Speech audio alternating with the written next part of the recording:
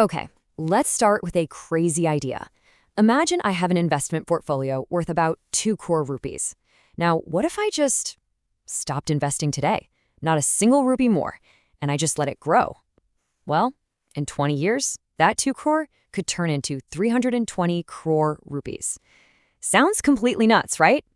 But the math behind it, well, it reveals a powerful secret about investing. Let's dive in and see how it actually works. So that number, 320 crore, it isn't just a fantasy. It's the real result of two incredibly powerful forces working together over time. This is the kind of potential that's waiting inside a smart, disciplined investment strategy. And today, we're going to pull back the curtain and break down exactly what those two forces are and how you can put them to work for yourself. And here they are. It's surprisingly simple. To build serious wealth, every single one of us needs just two things: time and a decent rate of return. That's it. One gives you the runway, and the other gives you the speed. The rest of this explainer is all about showing you how to master both. But before we do that, we have to talk about something even more important. Yeah, before we even dream about returns, we have to build a financial fortress. This is the one step most people skip, and honestly, it's often the most expensive mistake they'll ever make. You have to protect your foundation before you can even think about building a skyscraper on top of it. This right here is a critical truth. Most people don't actually lose their money because of bad investments. They lose it because life happens. A medical emergency, a sudden job loss, a family crisis. Any investment plan that doesn't have a protection plan is just a gamble that's waiting to go wrong. So your financial fortress is built on three main walls. First up, health insurance for you and your family. And here's a pro tip. Get a totally separate policy for your parents. It can actually help keep your own premiums much lower. Second, life insurance. And we're talking specifically about a term plan. It's just pure protection, not some confusing investment thing. Its only job is to protect your family if you're not around. And third, the emergency fund. This is your cash shield.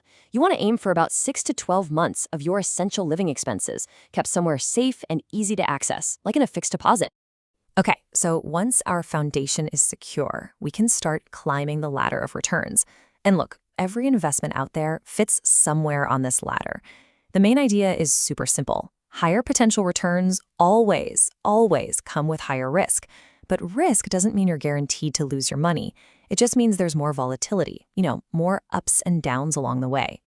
And this table just lays it all out perfectly. Down on the bottom rung, you've got your low-risk stuff like fixed deposits or gold. They'll give you stable but kind of modest returns, maybe 5 to 8%. They're safe for sure, but they won't make you rich.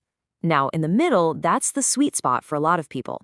Things like mutual funds and real estate, with potential returns of 8 to 18%. This is where real growth can start to happen. And then way up at the top, you have the high-risk zone: startups, crypto, day trading. The returns can be absolutely explosive, but so can the losses. All right, now we get to the really exciting part. We've seen all these different rates of return, but what does that actually look like over a long period of time? This is where tiny little differences in percentages transform into massive differences in your wealth. This is the real magic. It's such a simple question, right? But the answer tells you everything you need to know about the power of your rate of return. Is it 5 years, 10, 15? Well, there's actually a brilliant little mental shortcut to figure this out in seconds. It's called the Rule of 72. It's super simple. You just take the number 72 and divide it by your annual return percentage. So, for example, if a fixed deposit gives you a 7% return, it'll take you roughly 10 years, that's 72 divided by 7, to double your money. Easy, right? But just watch what happens when we start to change that return rate. And boom, here's the payoff. Just look at this. We take 1 lakh rupees and invest it for about 20 years. At a 7% return in an FD, it grows to 4 lakh. Hey, not bad. But look what happens in a mid-cap mutual fund that averages 15%. That same 1 lakh becomes 16 lakh. That's 4 times more.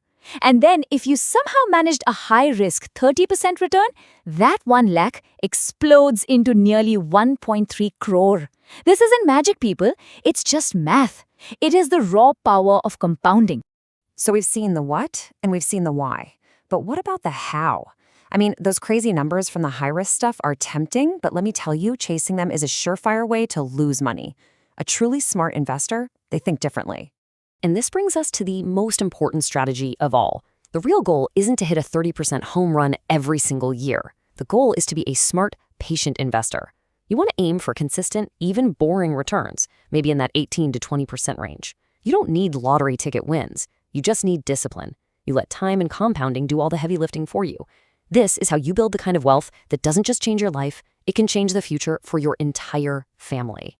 And that really just sums it all up, doesn't it? The stock market is a tool. It rewards patience and strategy, and it absolutely punishes fear and greed.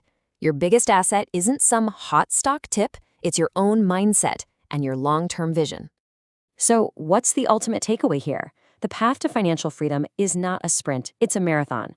You build your foundation, you understand the risk ladder, and you let the incredible power of compounding work for you over decades, not days. Protect yourself, invest patiently, and always, always think long-term.